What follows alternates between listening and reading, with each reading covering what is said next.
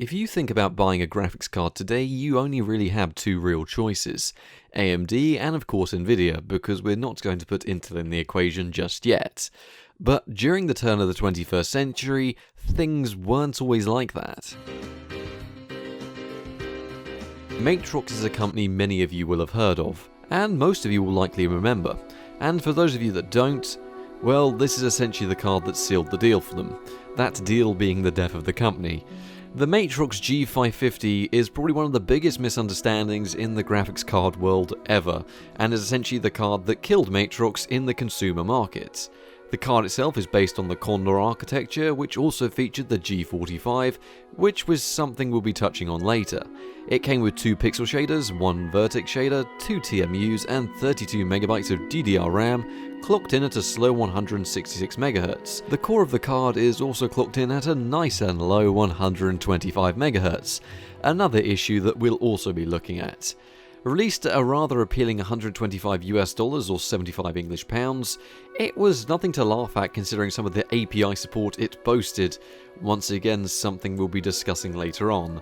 But realistically, aside from that price, this is where things begin to go downhill for Matrox. Let me take you back to the early 2000s. Matrox had just released the G400 and the later G450, both of which offer decent 2D acceleration, brilliant image quality, and pretty decent dual monitor support on a budget. Things were definitely looking up for Matrox, especially after their image was hurt by their release of the Matrox Mystique, which people hailed as the Matrox mistake for good reason from its initial release. It was in between these releases the press got news of a possible mid-range gaming card from Matrox, which would seem promising given the company's appealing G400 release and how useful it was to many companies, which of course led to rumours that the G450, which turned out to be an updated version of the G400, would actually be a gaming card. Once again though, it was very appealing to companies, but it wasn't the gaming card people were looking for. But that damn rumour about a possible gaming card that just wouldn't go away, people seemed to cling to this idea that Matrox was releasing it despite telling consumers that they weren't actually going to release a mid-range gaming card. And beyond clinging to these ideas, they clung to them throughout the entire development cycle of the G550 card.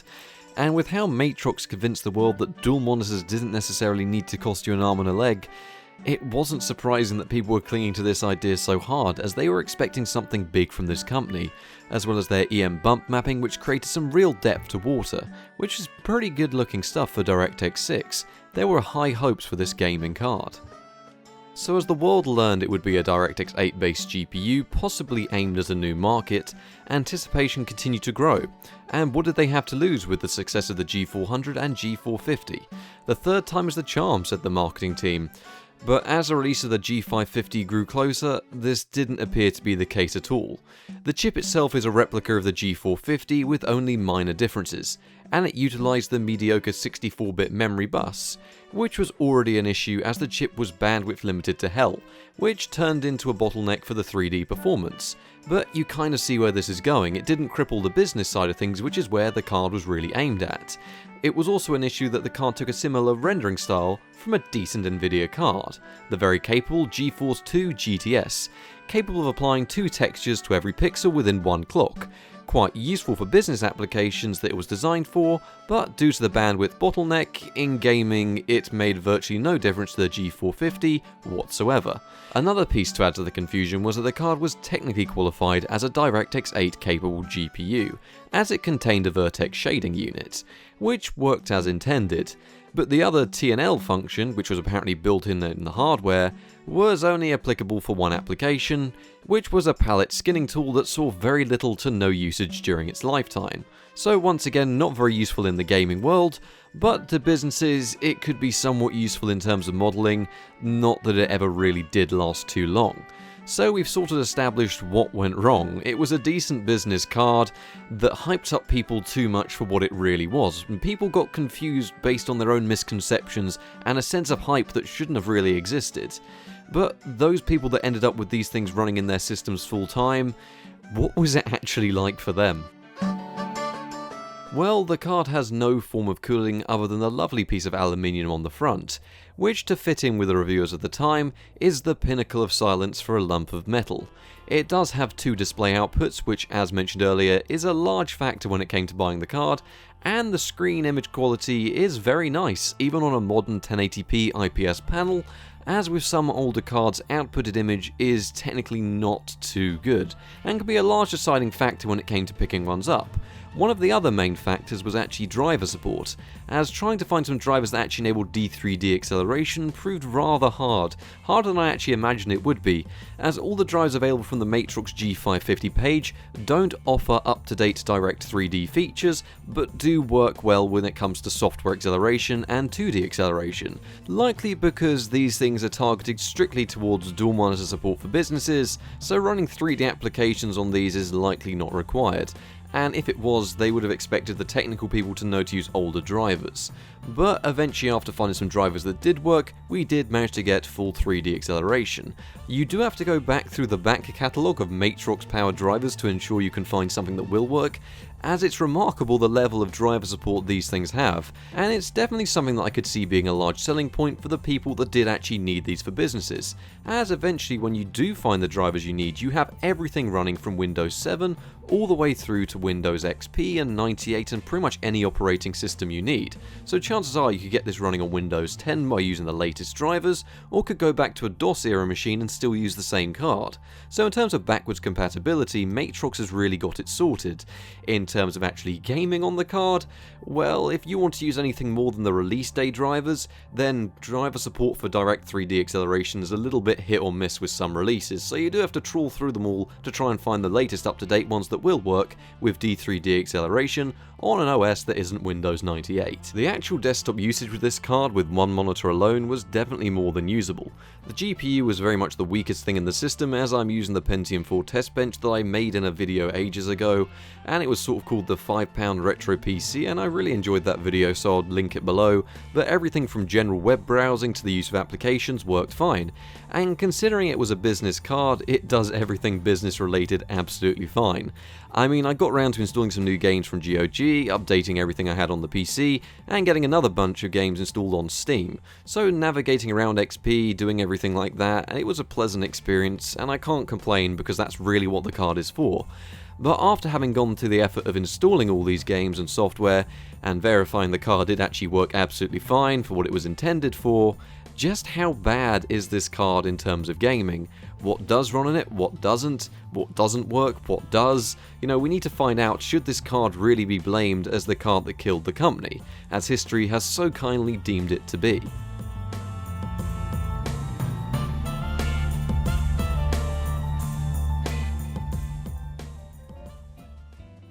So first up, I thought we'd start off with some basic games, which includes the likes of Unreal running with medium settings in the 800x600 resolution.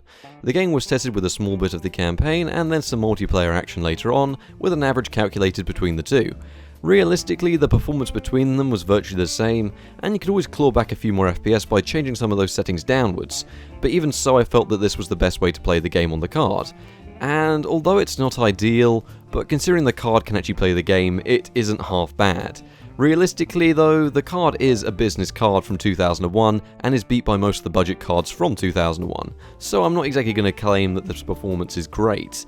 And the fact is, those budget cards of 2001 did actually run the game at higher settings with a higher frame rate, but even still, for that business card aspect, it's not too bad. We saw averages of 44 FPS and the occasional drop down to 23 FPS, which was quite jarring at times, especially in multiplayer.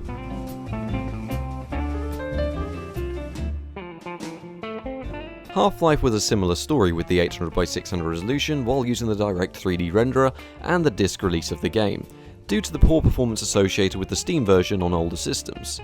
48 FPS was nothing to laugh at when playing through the single-player game, but there were definitely some severe drops down in heavy action, all the way down to 17 FPS at the worst of times. For the most part, the game was absolutely fine though, but this game came out 3 years before the card, and even Intel Extreme graphics can manage to run the game fine, so it's not really an achievement that this card can run it. Higher resolutions above 800x600 were completely unusable due to the severe memory bus bottleneck, and I could see this causing some disappointment on release, if you did fall into the false sense of hype that's somehow built around this card.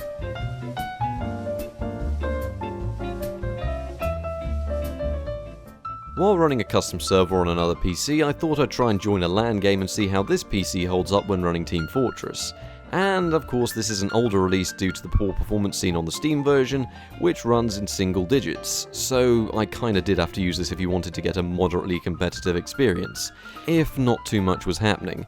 But even then, as a worst case scenario, we saw a drop down to the low 40s, and most of the time the game hovered around that 60 FPS mark, although fluctuating largely when in larger maps, and I could see some of the complex ones actually being more of an issue for the card due to that memory bus bottleneck. Once again, higher resolutions due to that bottleneck would cause our FPS to be halved if we went to something like 1024x768, ensuring that our gaming performance was destined to top around the 800x600 resolution for games like this.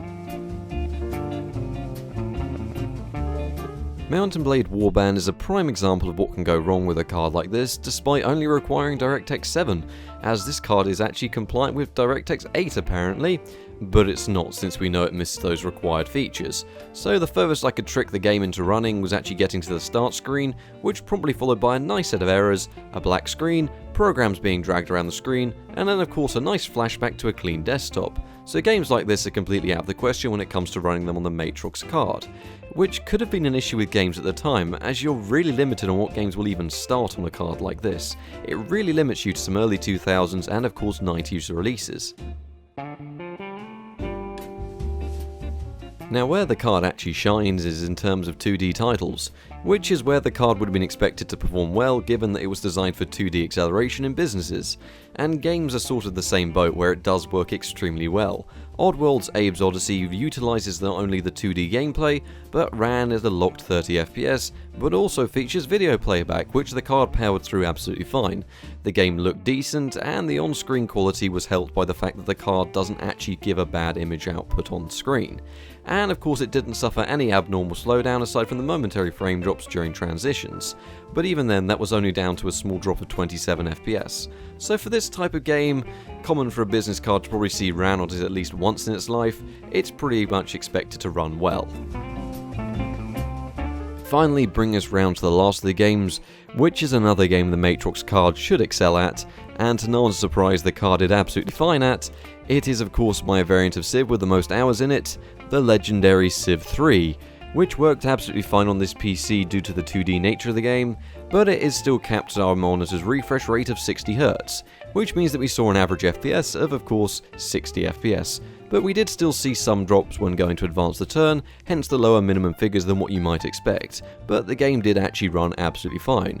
So 2D games around the release of this card are fine, and I think we can establish that the card, although not a gaming card, is not disappointing for business use, and it can manage some of those 2D and basic 3D titles fine, but realistically, people weren't hyped for it to only just do that.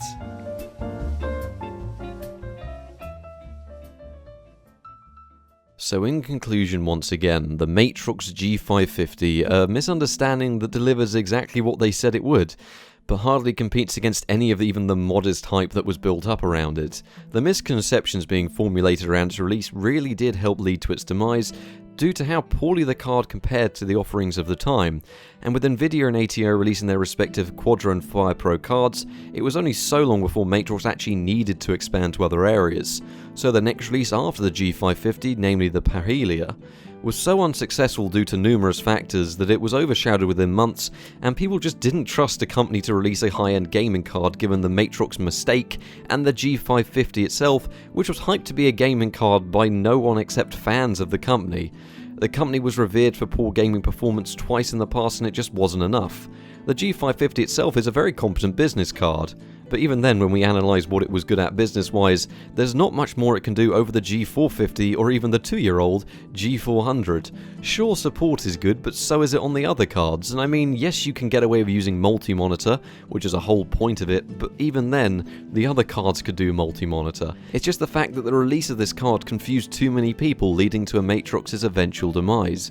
Although not truly awful, too many factors helped combine to make the card seal the deal for Matrox, dooming the Parhelia, and eventually causing them to leave the consumer market completely. No one I've spoken to remembers this card fondly, despite people actually having gone out to buy it on release.